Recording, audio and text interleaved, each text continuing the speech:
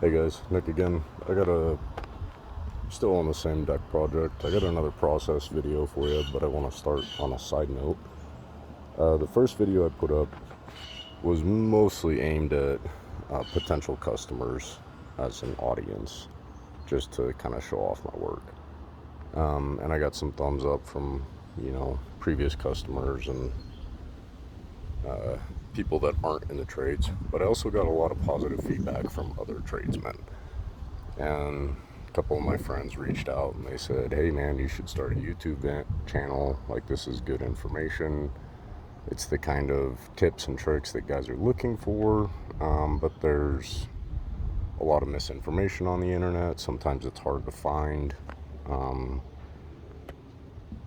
really specific kind of tips and tricks. Like, there's a lot of videos about how to build a deck, but they're not getting into the nitty gritty. Like, this is how you make a miter cut and, really detailed stuff like that. So the information's out there, but it's just not always accessible. So a couple of my contractor friends were like, man, that's good content. Like, people can actually learn something from this instead of just watching a time lapse of me build a deck. So I thought that was pretty encouraging, and that kind of motivated me to make some more videos for you guys. Hopefully you can learn some things. At the end of the day, I do kind of want to show off for my customers, but I've also been blessed with as much work as I can handle as it is. So I don't necessarily need to impress customers. But the idea of being able to help my fellow tradesmen be better at what they do that's cool to me. I guess there is a third category of audience, which would be the do-it-yourself homeowner. And I don't want to discourage you from taking on projects around your house.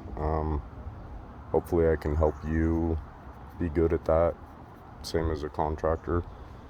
But I do kind of want to caution you, just to have realistic expectations about that.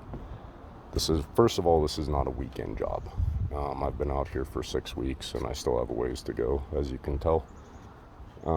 Secondly, it's not simple work. I've got tools up here. I've got 7 more boxes underneath the deck. I've got about $5,000-$6,000 worth of tools out here.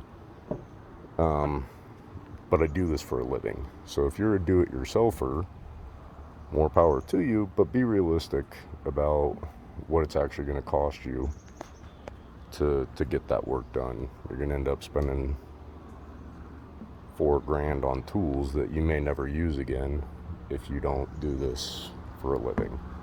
So just be realistic about it. If you decide that you want to tackle a project like this, then hopefully my videos can help you as well. There's some pretty obvious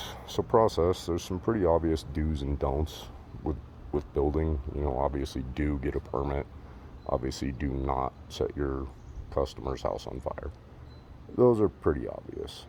But in terms of the process itself, there's a lot of different ways to do things. I'm not necessarily saying my way is the best. There's a lot of guys out there that do things differently, but the end result is still good quality. So there's a lot of different ways to do it. I just want to show you mine.